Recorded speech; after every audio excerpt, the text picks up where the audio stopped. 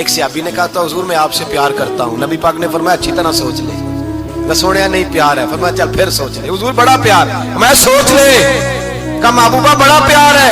تو نبی پاک نے فرمایا پھر تیاری کر لے. جس طرح گہری جگہ پہ پانی تیزی سے آتا ہے تیری طرف مشکلات بھی تیزی سے آئیں گی. تیزی سے. یہ شہادت کا ہے الفت میں قدم رکھنا. لوگ آسان سمجھتے ہیں مسلمان ہونا.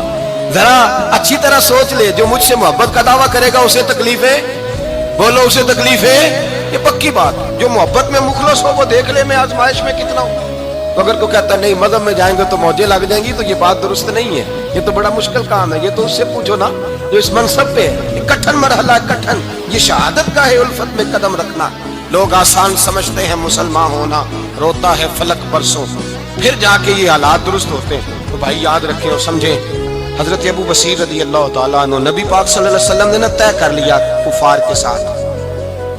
حدیبیہ کی جنگ ہوئی تو فرمایا اگر کوئی مسلمان مکے چلا جائے گا تو کافر کہنے لگے ہم واپس نہیں کریں گے.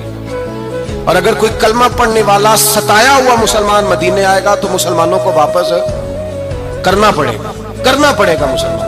مسلمان اپنا بندہ نہیں رکھ سکتے. اور مسلمانوں کا کوئی شخص غلطی سے بھی مکے چلا گیا تو مکے والے واپس نہیں کریں گے.